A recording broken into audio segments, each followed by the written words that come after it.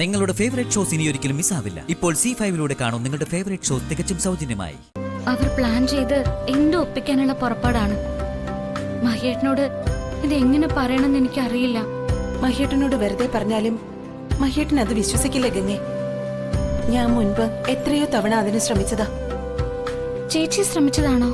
അതെ, ഒരുപാട് തവണ ഞാൻ ശ്രമിച്ചതാ, പക്ഷെ സാധിച്ചില്ല. ചേച്ചി ശ്രമിച്ചിട്ട് നടക്കാത്തത് ഞാൻ ശ്രമിച്ചാലും നടക്കാൻ പോകുന്നില്ല. അങ്ങനെ നിരാശപ്പെടരുത്. അവസരം വരുമ്പോ തെളിവ് സഹിതം പറഞ്ഞ മഹേട്ടനത് മനസ്സിലാവും. അതിനുള്ള അവസരം കിട്ടുമെന്ന് ശ്രമിക്ക്. ശരി ചേച്ചി, ഞാൻ ശ്രമിക്കാം. മാളു ഉണർന്നെന്ന് തോന്നുന്നു, ഞാൻ നോക്കട്ടെ. ശരി.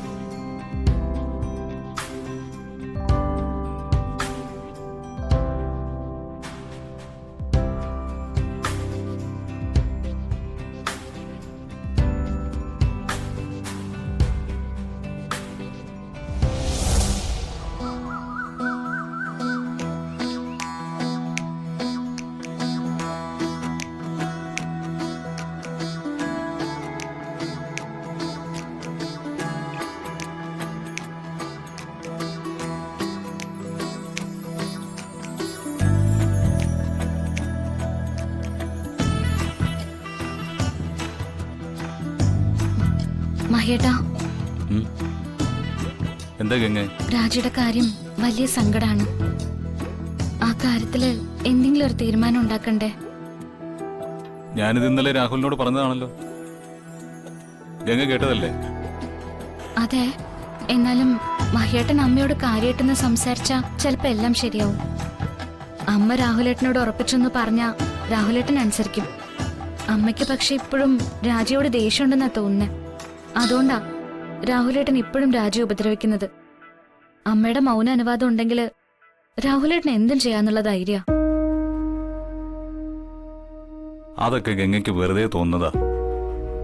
രാജി നിലവിളക്കുമായി വലതുകാലി വെച്ച് ഈ വീട്ടിലേക്ക് കയറിയതിൽ പിന്നെ അവള് കൈലാസത്തിലെ മരുമകളാ. അമ്മ അത് എപ്പോഴേ അംഗീകരിച്ചു കഴിഞ്ഞു. നിങ്ങളാരും അമ്മയെ മനസ്സിലാക്കുന്നില്ല. അതാണ് എന്റെ സങ്കടം. ഇന്നലെ തന്നെ അമ്മ രാഹുലിനോട് പറഞ്ഞ് നീ കേട്ടതല്ലേ? അമ്മ ഏറ്റവും കൂടുതൽ സ്നേഹിക്കുന്നത് തന്നെയാ. അമ്മ എന്റെ ജീവിതത്തിലേക്ക് വന്നില്ലായിരുന്നെങ്കിൽ ഇപ്പൊ എന്റെ ജീവിതം ഇങ്ങനെയൊന്നും ആകുമായിരുന്നില്ല. അതേക്കുറിച്ച് ഗംഗയ്ക്കൊന്നും അറിയില്ല. അതാ. മഹേട്ടൻ എന്താ ഉദ്ദേശിക്കുന്നെന്ന് പറഞ്ഞാലല്ലേ എനിക്ക് അറിയാൻ കഴിയും. മഹേട്ട, എനിക്ക് കുട്ടിക്കാലം തൊട്ടേ മഹേട്ടനെ അറിയാവുന്നല്ലേ. അന്നെല്ലാം മഹേട്ടൻ എത്ര നല്ല ആളായിരുന്നു. ഇന്നും അതിനൊരു മാറ്റവും വന്നിട്ടില്ല.